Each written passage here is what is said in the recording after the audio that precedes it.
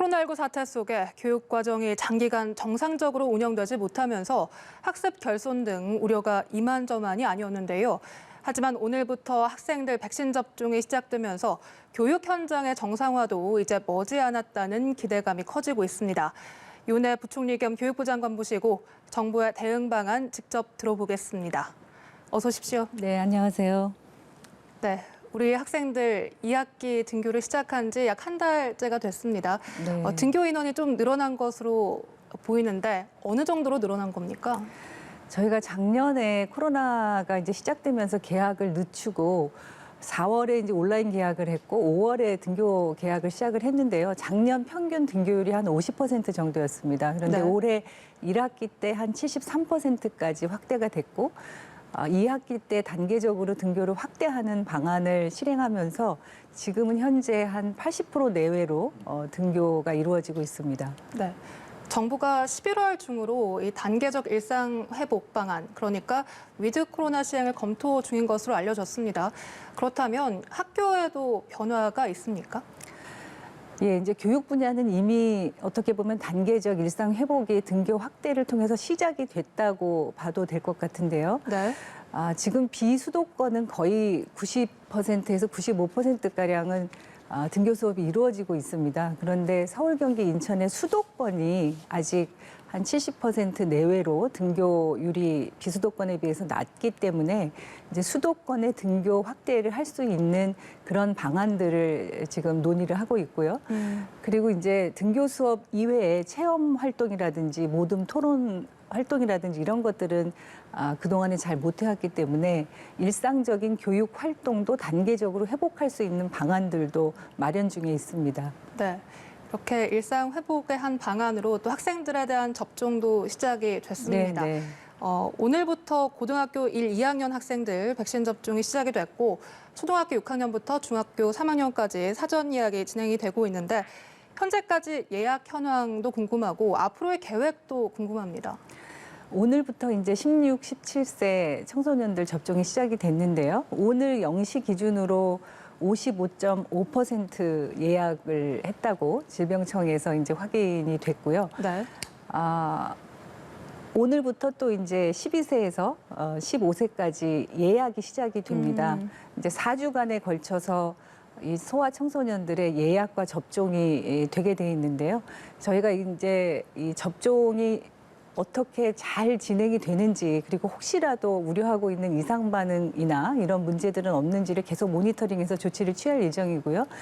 접종률이 높아지고 또 접종하는 학생들이 이제 많아지면은 그것에 따라서도 또 학교 안에서의 여러 가지 일상 회복을 위한 조치들이 조금 더 단계적으로 확대될 수 있을 거라고 생각하고 있습니다. 네. 그러면 이 대학가 상황은 어떻습니까? 대학생들도 좀 대면 수업을 늘려야 되지 않냐 이런 얘기도 나오고 있습니다.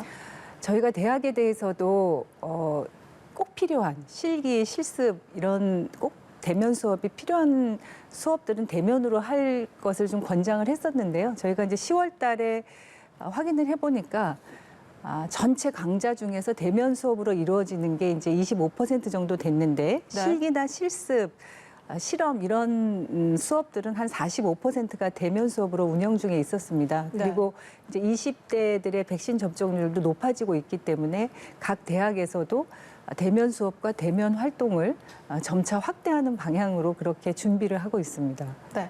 그리고 또 주목해 봐야 할 점이 올해 수능이 딱 한 달 앞으로 다가왔더라고요. 그렇습니다. 11월 18일입니다. 네. 이 코로나 속에 치러지는 올해 또 수능인데 좀 어떤 점을 주의를 해야 될까요? 이제 작년에도 코로나 상황 속에서 수능이 치러지긴 했습니다. 그렇죠.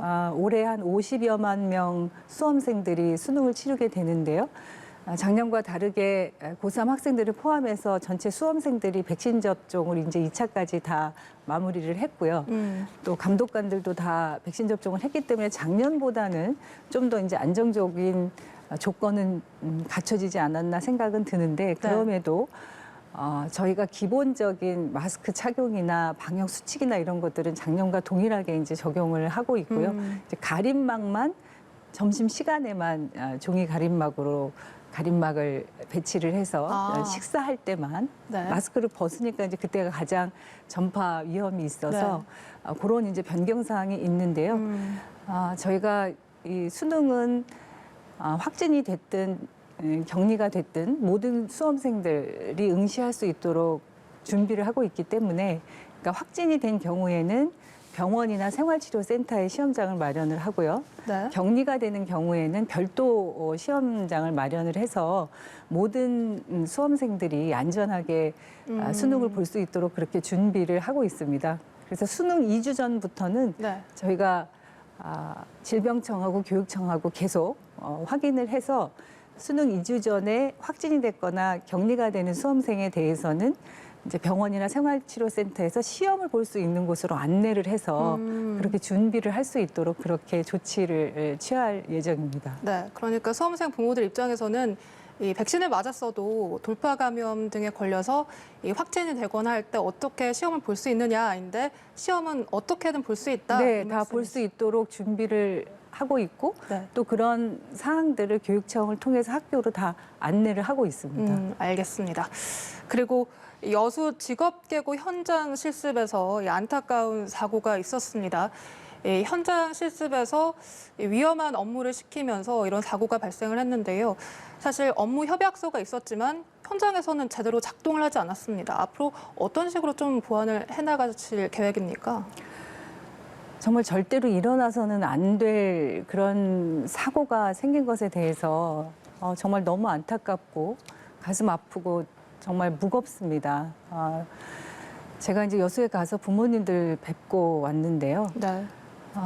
사실은 학생들, 우리 아이들의 안전을 가장 우선적으로 기본적으로 생각했다면 그렇게 이 실습 내용이나 이 협약서에도 없는 그리고 잠수를 하기도 어려운 아이에게 그런 일을 잠수 장비도 소홀히 한 채 할 수 있었을까에 대해서 굉장히 저는 좀 화가 나기도 하고 네. 부모님들의 그런 말씀을 듣다 보니까 너무 정말 마음이 무겁고 큰 또 책임감도 생기고 해서요.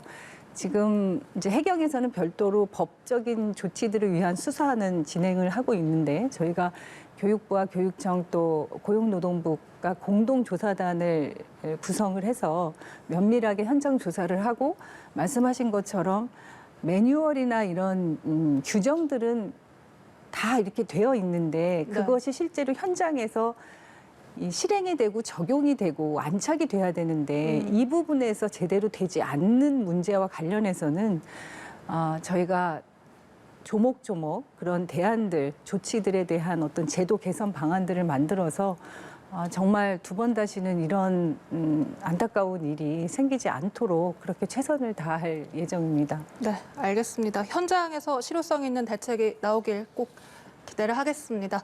지금까지 유은혜 부총리 겸 교육부 장관 모셔서 이야기 나눠봤습니다. 오늘 말씀 고맙습니다. 고맙습니다.